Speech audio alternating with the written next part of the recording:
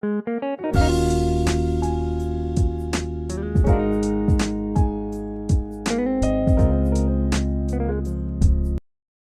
a metal there are always free electrons that moves here and there.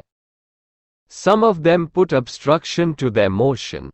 We call it as resistance, termed as R. In order to have a full flow we have to create potential difference between the two ends. This is done by putting a source between the two ends. As a result, motion of electron becomes directional. Current start moving from higher potential to lower potential. Let AB is a conducting wire added with a source. Let potential difference is V. Current produced as I. Ohms defined a relation between V and I called as Ohm's law, which states, under the same temperature and pressure, V is directly proportional to I implies that V equals IR, where R is constant of proportionality called resistance, represented as SI unit. R equals V upon I equals volt upon ampere. Implies that R equals ohms, that is 1 volt per ampere is 1 ohms.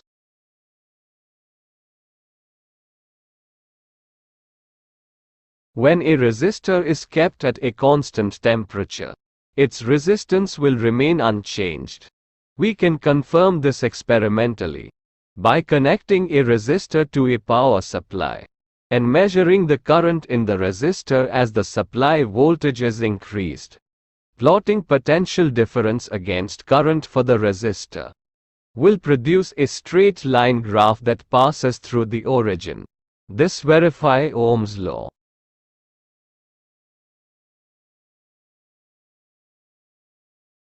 Resistance of a metal depends upon the following factors.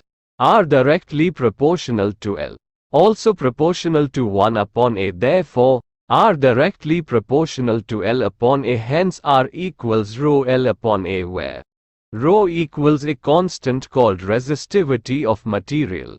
L equals length of wire. A equals area of cross section. Resistivity is the property of elements. Metals and alloy have low resistivity. Since alloys does not oxidize, therefore have even lesser resistivity than metals.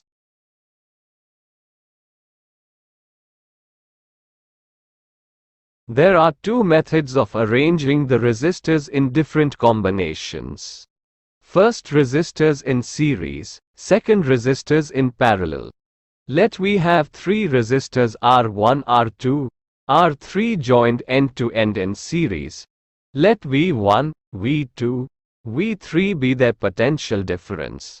V is potential difference of combination. Let I be the current passing through the circuit.